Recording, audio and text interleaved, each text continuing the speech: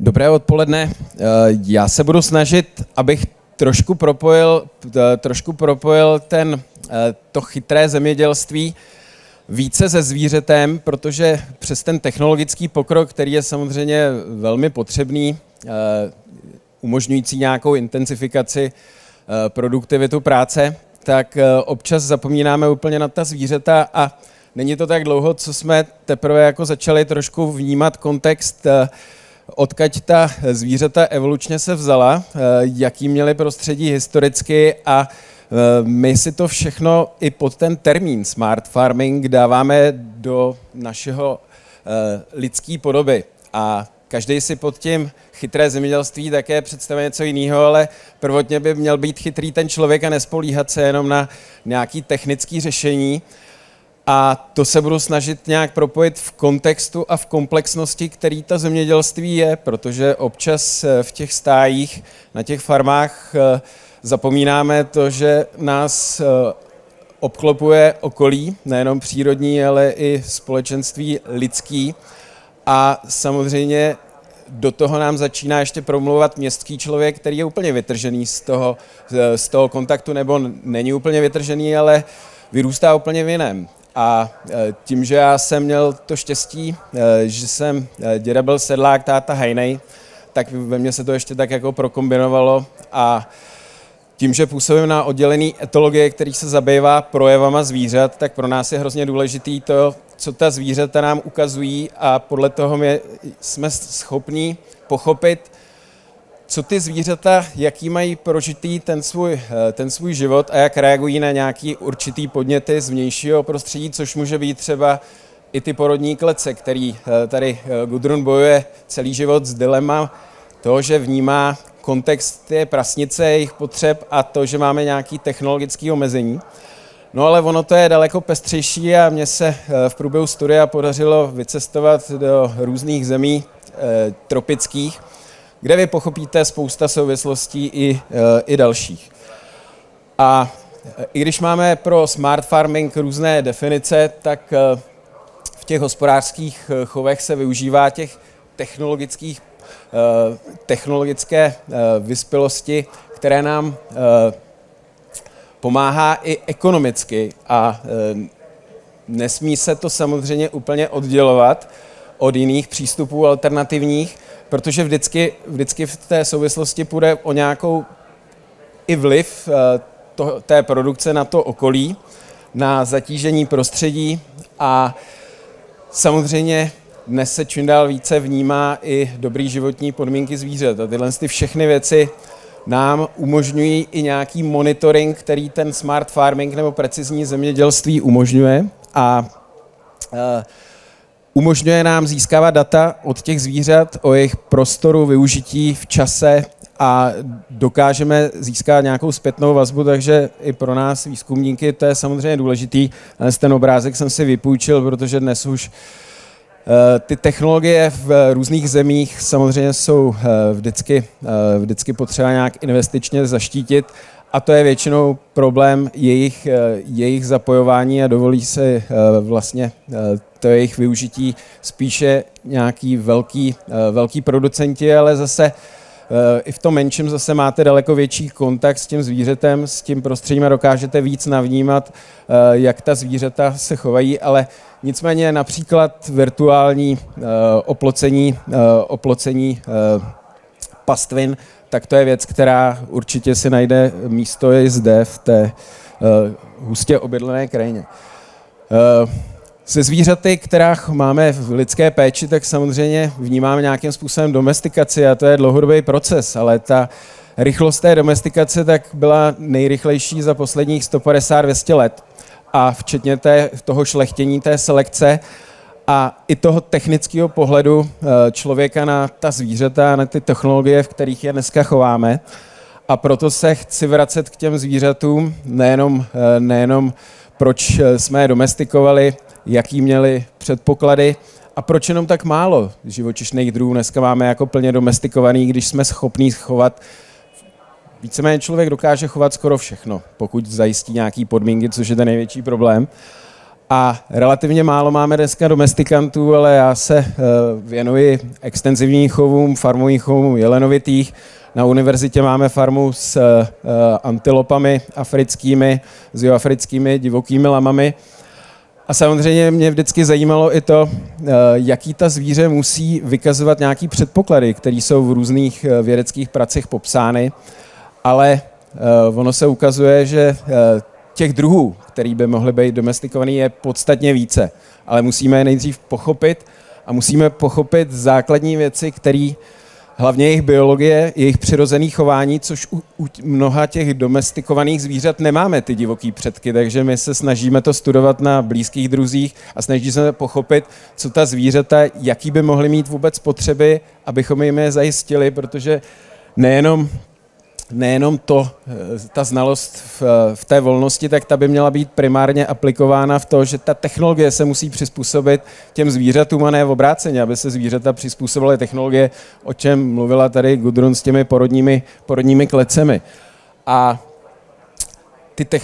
ty technologické požadavky jsou samozřejmě daný a jsou taky v různé intenzivně aplikovány s určitou intenzitou toho chovu. Já se naštěstí zabývám spíš těmi extenzivními, který jsou v kontaktu s krajinou, s tím chovným prostředím mimo ty stáje, ale i tam můžeme využívat nějaké výdobytky toho technického pokroku, zejména teda v rámci nějakého monitoringu. No a nesmíme také zapomínat, že my jako lidé si vyhledáváme společnost, která je pro nás příznivá. Ta zvířata potřebují to samý, mají určitý přirozený sociální skupiny a samozřejmě čím častěji se měnějí, jako například u mléčného dojeného skotu, tak tím častěji dochází k nějakým agonistickým interakcím a může to ovlivnit stres těch zvířat a další. Takže já když přejdu i do kontextu krajiny, tak ta historická krajina evropská zemědělská vypadala různě. Tohle byl možná ještě snímek před více jak 100 lety, kde ta zemědělská krajina do značné míry vypadala všude skoro stejně. A ty dřeviny, scelování polí a vytváření nějakých monokultur, tak to se stále posouvá. V celé Evropě dochází k scelování. U nás to předběhlo o 50 let v době kolektivizace násilné, sprosté a velmi tragické pro mnoho rodin, ale bohužel ta krajina už je dneska zaměřená a my víme i ze společné zemědělské politiky, která udržuje i tu fungování toho venkova, že nám ta krajina neprospívá, nejenom tady v České republice, ale úbytek biodiverzity, tak on je v celé Evropě. A netýká se jenom velikostí polí, samozřejmě s tím souvisí nějaká druhová pestrost polních plodin a další. Nicméně společná zemědělská politika víc a víc akcentuje nějaké i neproduktivní přínosy toho zemědělství a postupy technologický. No a samozřejmě my jsme druhým rokem teďka v rámci nové společné zemědělské politiky, do které se promítlo několik velmi ambiciozních strategií,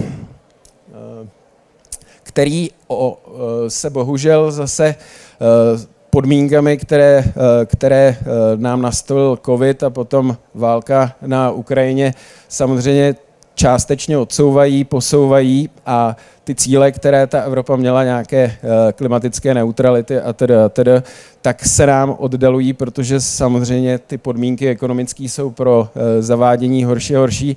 Nicméně nám se podařilo aspoň v rámci toho vyjednat jedno opatření, které cílí na mnoha pozitivních efektů, i vzhledem k chovu zvířat a nějakým dalším externalitám, což jsou takzvaně agrolesnické systémy a od minulého roku také investiční opatření na jejich zakládání. Nicméně pokud vezmeme zemědělství jako celek, tak je v celku konzervativní, což je pochopitelný a je trošku jedno, jestli to jsou velké komplexy podniků v rámci agroholdingů, ať jsou to nějaké zemědělské podniky v tom postkomunistickém prostoru, ať jsou to i rodinné farmy. Určitá setrvačnost tam vždycky musí být, a konzervativnost a mezigenerační naopak revolučnost tam vždy byla. Nicméně zemědělci čelí dalším výzvám, včetně rizik vnějšího prostředí, změna klimatu a takový. A u těch zemědělců většinou dochází a zejména u těch velkých podniků, dochází k odmítání těch rizik a nepřipouštění si těchto prostředí, hledání pouze nějakých kompenzačních řešení. Ale v celku ty zemědělci se nebrání technologickému pokroku. Oni samozřejmě důvěřují technologie, které nám pomáhají a samozřejmě ulehčují tu práci a zefektivňují. Takže i v rámci toho smart farmingu tak není moc skupin zemědělců, který by se tomu přímo bránili, i když to bude spojený s masivními investicemi. Ale co nás čeká, což není vůbec příznivý, je z letošního jara zpráva Evropské agentury pro životní prostředí, takzvané evropské hodnocení klimatických rizik, které pro nás v té střední Evropě vůbec nedopadá dobře, protože průměrné teploty, tropické horké dny, celkové srážky, přívaly, tak půjdou spíše nahoru. Ty celkové úhrny se neví, jestli naopak se sníží nebo budou stejný, každopádně bude větší odpar s tou vysokou teplotou. Ale bude se zvyšovat i dlouhodobý sucho, což samozřejmě bez nějaký změny těch technologií nepůjde a od tohoto nám bohužel nepomůže nějaký smart technologie, protože ty v té krajině tolik zase efektu nemívají. No ale čím dál tím více prosazuje přechod od toho intenzivního zemědělství k nějakému agroekologickému, to znamená i vytvoření okolí a toho prostředí té farmy tak, aby bylo stabilnější, lépe čelilo těm rizikům a bylo samozřejmě i ekonomicky zajímavé pro ty zemědělce, protože málo kdo bude doplácet nebo není možný, aby furt balancoval na hraně bankrotu, to dlouho nikdo nevydrží ani psychicky. Nehledě v rodinách těch zemědělců. Takže cílem je při tom agroekologickém přístupu snižovat negativní externality, naopak si stabilizovat to prostředí v závislosti na udržování kvality půdy, snižování nějaký degradace, erozní ohroženosti a další. A ono se do toho bude promítat čím dál tím více nějaké přirozenější prostředí těch farem, které nebude samozřejmě vypadat jako poušť. Jsem pořídil v roce 2018, kdy bylo to asi dosud nejhorší sucho. Každý si na to vzpomíná, tohle to byl začátek srpna, nebo začátek srpna Namíby. A tom byste byli překvapený z bližšího pohledu, kolik na té poušti, nejstarší a nejsuší skoro, bylo života. Jenom po pár milimetrech srážek. No a za 10 dní na to, nebo za 12 dní na to, jak vypadalo Kyjovsko, jedna z našich nejúrodnějších oblastí. Barevně, podobnost čistě náhodná, ale ty 2 měsíce předtím, který vypadaly úplně stejně na tom poli, tak samozřejmě ty podmínky k životu pro veškerý život, včetně půdního života, nepřinesly vůbec žádný. Takže tohle jsou ty rizika, které nám hrozí.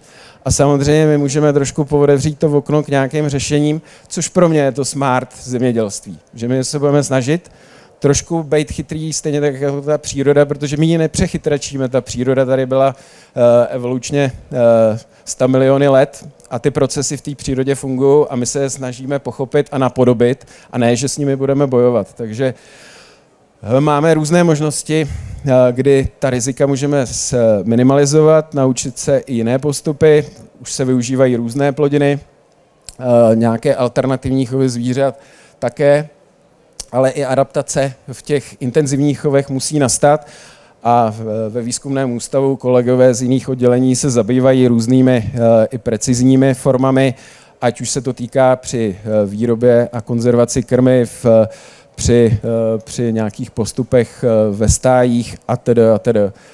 No ale oni ty postupy jdou kombinovat nejlépe v tom venkovním prostředí, kdy my málo kdy využíváme toho přirozena. Skot, mimo teda ten mastný skot, ale mléčný skot jsme zavřeli do stájí a málo kdo dnes si připouští, že by se mléčný skot pásl. V západních zemích někde to má jako povinnost. Tady u nás to stále nejde. Ono to jde samozřejmě o organizaci toho chovu a jde o vyšší pracnosti, Ale proč my vozíme těm kravám do stájí, když oni si pro to krmivo můžou pro část toho krmiva dojít? Vožení, skladování, převozy krmiv, to všechno nás stojí peníze, všechno stojí nějakou energii, která je postavená na fosilních zdrojích. A pak, když se samozřejmě tohle všechno započítává do toho kontextu a do té bilance, tak nám vychází, že chovy zvířat jsou, a zejména skotu, nepříznivé pro uvolňování a dostávání uhlíku do atmosféry.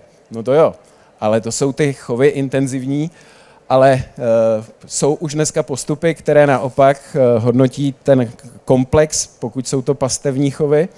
A tam například regenerativní organizace pastvin naopak nám jímá víc uhlíku do té půdy, než ho i ty zvířata uvolní a ty postupy, které tam jsou. A navíc se zlepšuje celá funkce toho vztahu mezi rostlinami, půdou a těmi zvířaty.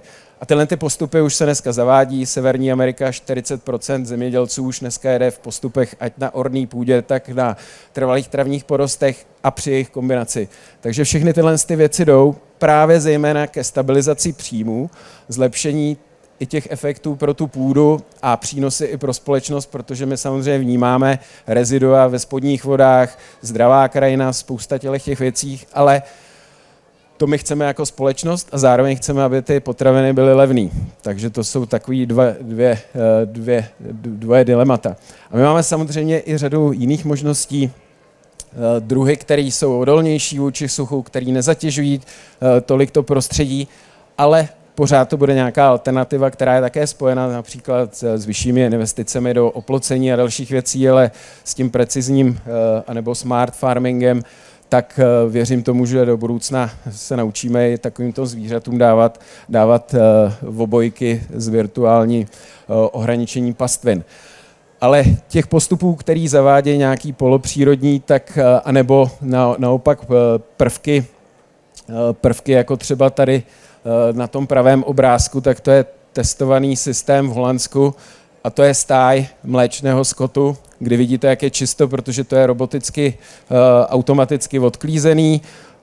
Ta tekutá frakce se propouští podlahou, kde se to jímá pod tou stájí. Skot chodí do automatické dojírny a rovnou po té dojírně přes obojek je to pustí na pastvinu. A tohle je věc, kterou je vytvořená samozřejmě investičně velmi drahá, ale na základě poptávky těch zákazníků té veřejnosti.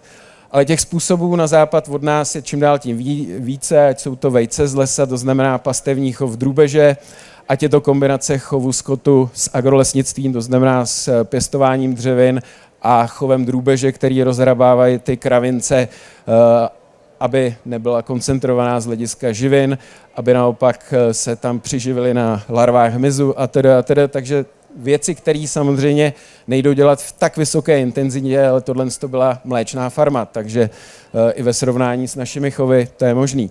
Takže ten odklon od té podpory těch monokultur, který byl dříve v té společné zemědělské politice, který vede i k té uniformitě té krajiny, a tohle to byl snímek, kdy jsme objížděli s programem Pestrá krajina asociace a Dana Pitka možná poznáte, sedlák z Podmilešovky, někde na Vysočině, kdy z toho byl velmi měl těžkou hlavu. Takže ano, chovy zvířat můžou nám zhoršovat podmínky na planetě, ale je to opravdu ve všech systémech chovu. Není potřeba trošku upravit technologie a zakomponovat tam tu komplexnost a pochopit tu komplexnost, který jsou mezi tím zvířetem, tím prostředím, nejenom půdou a těmi rostlinami a pochopit správný management a technologie, jak to zavíct, aby to byl nějaká ne alternativa, ale hlavní směr proudu proti tomu industriálnímu, intenzivnímu, který je postaven na maximalizaci toho vnosu energie, který my dneska umíme získávat zejména z těch fosilních paliv, ale od toho se stále odkláníme. Takže ta změna vůbec organizace i chovu zvířat bude muset přijít a bilance, které jsou v těch pastevních chovech, může být naopak sloužit k zachytávání uhlíku v půdě oproti tomu, aby ty zvířata ho více vypouštěly. Takže těch způsobů, kterými máme oproti tomu průmyslovému přístupu v chovu zvířat a v zemědělství, je celá řada. Částečně už se sem samozřejmě etablovalo ekologické zemědělství více jak 20 let, ale přichází další, to znamená, to jsou ty regenerativní postupy, agrolesnictví. Brzy tady začne víc a víc se proslýchat nejenom syntropické zemědělství nebo takzvané dynamické agrolesnictví. No ale jak s tím začít? Ono je vždycky potřeba nejdřív mít dost času na to všechno promyslet a hlavně pochopit ty procesy, podobně jako tak, jak začali regenerativci s regenerativní pastvou skotu, kdy to bylo pouze napodobování biologických postupů těch velkých migrujících stád zvířat, který člověk rozprášil a zapomněl a nepochopil vůbec ten efekt, která ta zvířata měla na ty travnaté ekosystémy. A dnes ta intenzivní rotační pastva se už aplikuje i na mnoha farmách v České republice s vyšším výnosem z té plochy, s vyšším zatížením a s větším ekonomickým ziskem a zlepšením kvality půdy, včetně navyšování uhlíku v půdě, toho dlouhodobě vázaného. No a příklad ze Severní Ameriky, kdy odklon od toho výkrmu skotu, který je daný pouze na těch velkých koncentrovaných místech a návrat k nějakým pastevním systémům, odkazy na principy toho syntropického nebo dynamického agrolesnictví, který sem přichází z tropických zemí, nicméně je řada postupů, kterými můžeme napodobovat i v mírném pásmu. My připravujeme i vybudování pastevního areálu, kde budou několik těch systémů v rámci výzkumného ústavu se monitorovat dlouhodobě, takže dochází teďka k přípravě. No a ono to je důležité pro ty zvířata i z hlediska welfare. Samozřejmě to mikroklima v místě, ohřívání povrchu v závislosti na jeho pokryvu, to je známý, opublikovaný, že samozřejmě vy si taky v létě radši vlezete pod strom, než pod nějaký přístřešek, kde to mikroklima je daleko horší. No a ty zvířata fungují úplně stejně, nehledě na to, že pokud těch polopřírodních prvků je v té krajině více, tak to umožňuje mít i útočiště daleko pestřejší škále živočišných druhů, ať jsou to opylovače, ať jsou to ptáci, ať jsou to obojživelníci, a pomáhá i snížit i nějaký dopady používání agrochemie v té krajině, protože to slouží jako nějaký nárazníkový pásmo a může dojít k nějakému odbourávání. Takže ty principy těch win-win strategií je celá řada. Tohle je jeden ze způsobů projekce francouzské asociace pro agrolesnictví, kde vy tou změnou struktury krajiny diverzifikujete nejenom příjmy z různých činností, ale i snižujete zatížení, vnos energie skrz fosilní paliva, snižuje se potřeba agrochemie, protože ty gradace různých škodlivých organismů jsou daleko menší, protože ty autoregulativní mechanismy fungují. A daleko víc využijete přírodní zdroje, protože ten systém vpravo vám zachytí mnoho víc sluneční energii a přemění ji do produkce, protože využívá té vertikály, protože naše zemědělství umí dělat pouze v 2D systému, ten neumí dělat 3D. Takže té energie, kterými můžeme zachytit daleko více, nahledě, když přes léto tam chybí meziplodina, ta půda strádá, organismy v půdě vyčerpávají živiny, přeměňují organické látky k tomu, aby z nich získali energii a nepřináší nám skoro nic, včetně toho mikroklimatu. Takže řada obrázků, který můžete vidět i z prostředí Čech, kdy to funguje přes veškerý chovy zvířat. Stromy nevadí ani technice, pokud jsou hodně designovaný. Slouží jako zvýšení i potravní pestrosti a živinového složení, protože i listy při opadu mají živinový lepší složení, zejména v dusíkatých látkách, než má i kvalitní luční seno. Takže i ten přínos nutriční pro ty zvířata je značný. Mikroklima, to je samozřejmě jasný. A zvířata se i déle pasou, pokud jsou na pastvině přítomný roztroušený dřeviny, protože ty zvířata nevyhledávají úkryt, protože se můžou pást. Len to je snímek z předminulého týdne, Karlovarský kraj a těch stromů, kdyby tam bylo více, tak ten skot se pase v nejteplejší část dne, protože to ovlivňuje fyziologii, zejména dechovou frekvenci a snižuje samozřejmě tu potřebu zvířat se ochlazovat. Takže i kombinace s chovy prasat, Francie, výkrm drůbeže, v turnusech, který má jedna ta skupina, vzadu je hala, drůbež si chodí ven na pastvu přes den, na noc je schovaná v hale, ale drůbež v kombinaci s výkrmem na produkci masa. No ale ty příležitosti můžou být i v dnešních lesích, potenciál pro obnovu lesů, odstraňování konkurenční trávobylinné vegetace, a tohle to znají velmi dobře v různých zemích, zejména Středozemí. Takže i ten skot v nějakým způsobě může sloužit i při obnově lesů a dokonce pastva v lesích už se připravuje, aby se umožnila v novele lesního zákona, tak doufejme, že to tam vydrží. A samozřejmě čím dál více spojených se suchem můžeme mít problém s lesními požáry, až snížíme stavy spárkaté zvěře, začneme mít víc podrostů a víc obnovy v lesích, tak budeme potřebovat i trávobylinnou vegetaci, která prosychá v průběhu léta, odstraňovat, a kdo ji odstraní lépe než nějaký přežvíkavci, který nebudou ohlodávat ty stromečky, což ten skot docela dobře funguje, takže do budoucna to může být i vhodný způsob. Takže už jsem nachýlil ke konci, abych nepřetahoval. Takže můžeme mít různé vize, smart farming si můžeme představovat každý jinak. Já ho vidím i trošku přes smart přístupy v tom, jak budeme si vytvářet tu naší zemědělskou krajinu a jak se v ní naučíme hospodařit, tak aby byla k životu obyvatelnější. A zároveň všechny tyhle věci musí mít nějakou ekonomickou racionalitu, takže nesázejme stromy jenom proto, abychom uložili uhlík, protože to tak nefunguje. Musíme fungovat zejména v kontextu s celým tím prostředím a nějaký offsety uhlíkový jenom přes výsadby dřevin není úplně nejlepší věc.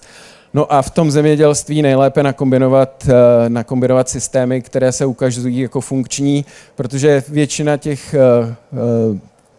zemědělců funguje v jednom a už to nedokáže propojit, takže optimální by bylo precizní regenerativní agrolesnictví, aby se v jedné ploše kombinovaly ty přístupy různý ve všech těch postupech, a věřím tomu, že bychom neměli potřebu zvyšovat produktivitu zvířat na úkor jejich biologie a potřeb, protože stačí jenom se naučit lépe využívat to přírodní prostředí, aby nám fungovalo lépe a bylo produktivnější a uživilo by to jak víc zvířat, tak i lidí na planetě, a to neplatí jenom pro mírný pásmo. Ukazuje se, a je to jediná z možností, jak ve zbytku světa, zejména v těch tropických zemích, můžeme fungovat a snižovat nějakou dezertifikaci a další degradaci krajin. A tohle je taková optimalizovaná projekce Severoamerického agrolesnického centra, takže možná někdy v budoucnu se dočkáme i krajiny, která bude daleko heterogenější, pestřejší a životu příznivější. Takže děkuji za pozornost a budu se těšit na případné dotazy. A tohle ten vtípek koloval na setkání Světového fóra pro klima, a tohle mi poslal kolega z ministerstva zemědělství. A není potřeba hledat stále technická řešení, jak snížíme uhlík. Ono to existuje, ta příroda funguje, nejenom ten strom, ona celá ta příroda funguje, vždycky si s tím umí poradit, jen s tím musíme pomoct. A kdybyste koukali na webovou stránku, odkud ten vtípek byl, tak se to jmenuje More Trees, Less Assholes, a je to opravdu seriózní stránka, která vystavuje vysvědčení politikům, takže i když je to trošku sprostší označení webové stránky, jak se tam dočtete spousta i chytrých postupů a technologií, nejenom v zemědělství. Takže díky za pozornost a díky, že jste dorazili.